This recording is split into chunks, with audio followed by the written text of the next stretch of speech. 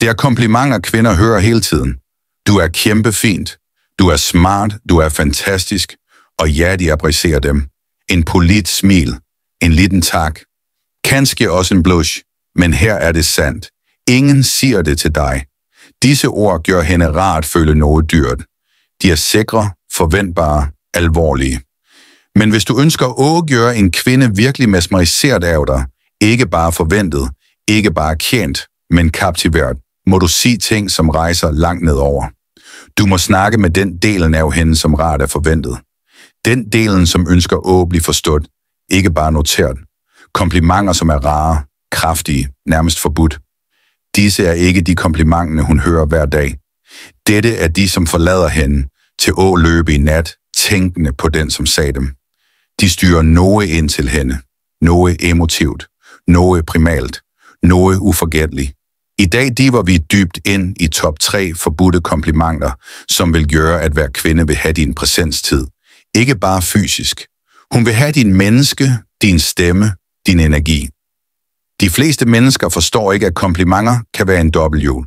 Sig det fejlte, og det lyder falsk eller nødvendigt. Sig noget for vanskeligt, og hun forgætter det nødvendige. Men sig noget rart, noget som tænder på en heden del af hendes psykologi. Og pludselig er du ikke som de andre. Du bliver den manden, hun mener. Dette er der stoisk Vestnes bliver din mystekraft. En virkelig stoisk mand er ikke nødvendig for at søge forståelse.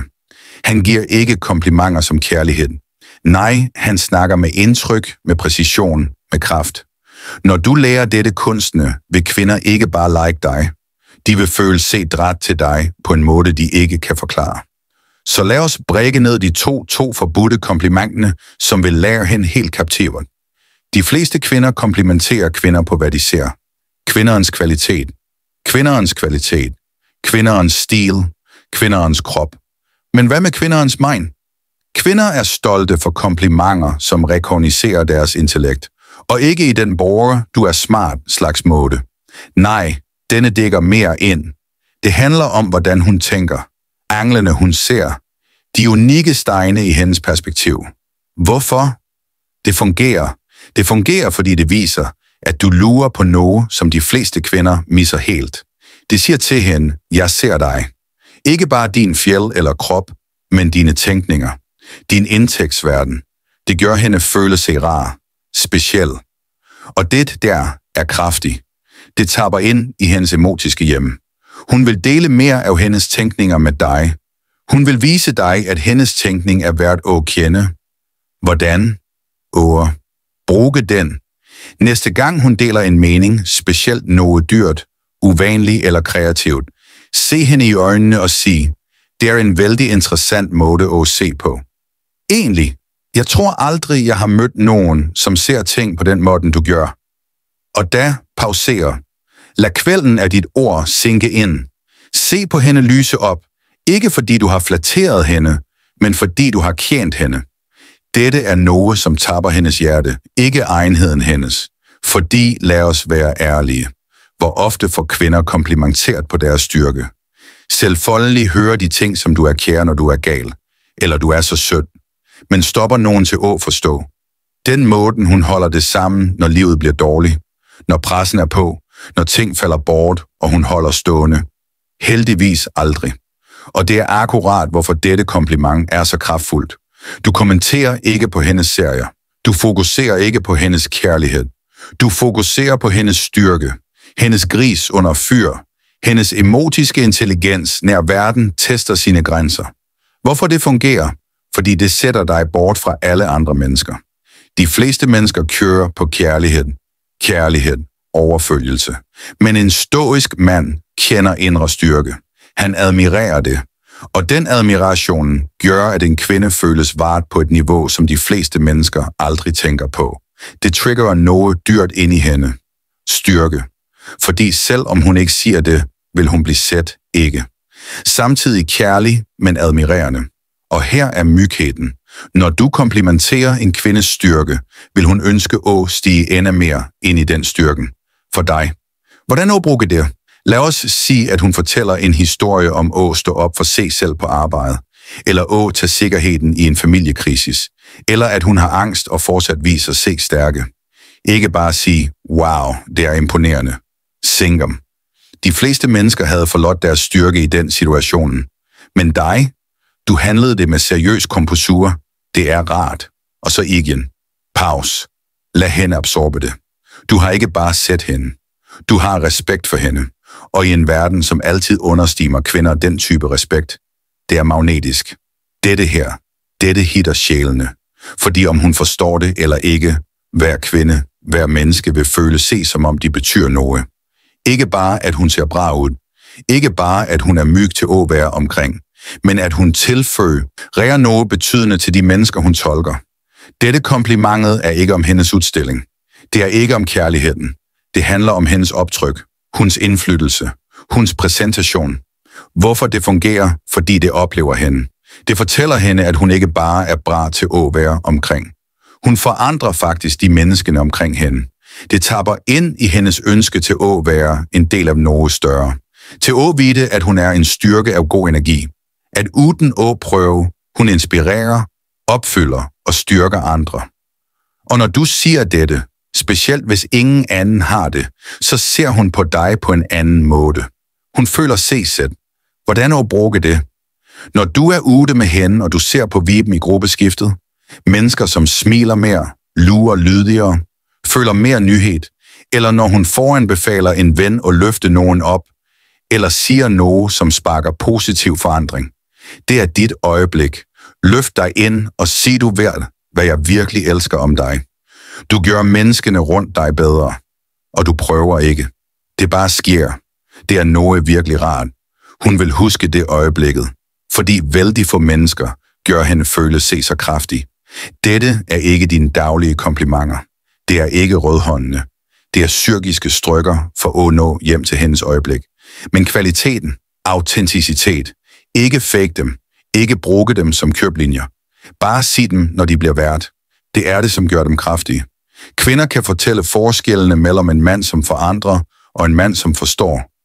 Og når hun forstår, at du virkelig ser hende, ikke bare hendes krop, men hendes tænkninger, hendes styrke, hendes effekt, så vil hun ikke bare føle sig komplimenteret. Hun vil føle sig sammenlagt. Dette er, hvor admiralens skab blev sammenlagt. Se, de fleste mennesker tror, at kvinder ønsker at blive likt. Men det, de virkelig ønsker, er at føle, at de gør en forskel. At de inspirerer folk rundt dem. At de ikke bare er attraktive, men effektive. Så når du ser en kvinde i øjnene og siger, du inspirerer mig til at blive bedre, så gør du noget kraftigt. Du viser hende, at hun er mere end bare nogen, du ønsker.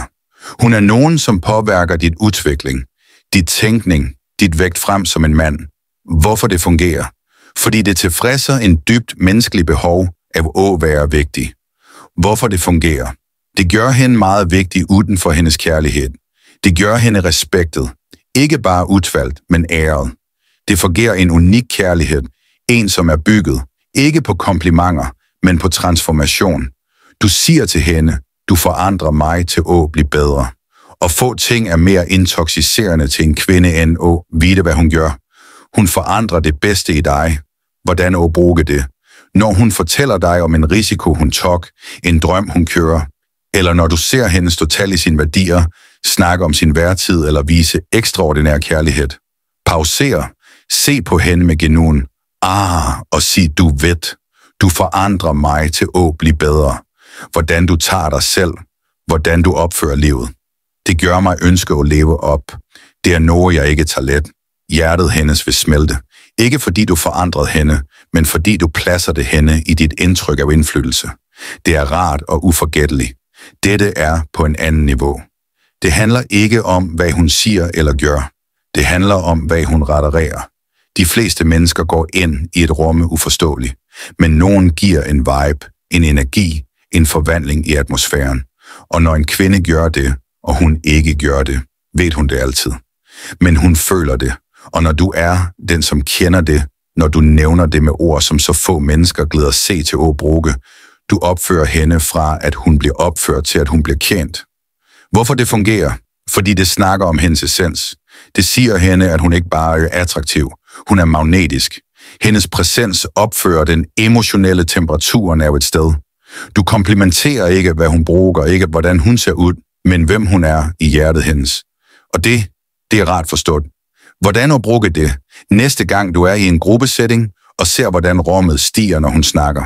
Hvordan mennesker leger se ind, lukker mere eller føler se mere åbne. Sig dette. Det er vildt, hvordan hele moden forvandler, når du er rundt. Du bringer en slags energi, som er vanskelig at beskrive, men umulig at ignorere. Sig det let, som om du lader hende ind på en hemmelighed. Hun vil aldrig forgætte det øjeblikket, fordi for første gang i lang tid vil hun føle sig set, ikke bare opnået, men forstået. Disse 5 komplimenter er ikke om flattering. De er om sandhed, dyrke og kendskab. De fleste mennesker prøver for mye at impresse kvinder med komplimenter, som er forventbare og forgættelige. Du er vanskelig, du er varmt, du er fantastisk. Og selvom disse kan gøre hende smuk, så vil de ikke gøre hende bevaret. Men når du lærer at give komplimenter, som er forventbare, dyrke, kendskab og energi, så skaber du noget dyrker. Du skaber en følelsespil. Du bliver uforgættelig. Og når en kvinde føler sig set, forstået og været på en måde, som ingen andre mand har gjort, så sker det, at det er en virkelig kendskab. Ikke på ytterhånd, men på kendskab. Fordi komplimenter som disse ikke bare gør hende smukkere, de gør hende følende, overraskende, inspirerende, uforståelig. Så hvis du vil stå ud, hvis du vil være den typen kvinder, som kvinder forstår længe efter, at du har forladt rummet, sig ikke, hvad alle mennesker siger. Sig bare, hvad en smart, forståelig kvinde vil sige. Sig til kvindens sjæl, og hun vil aldrig forgætte dig.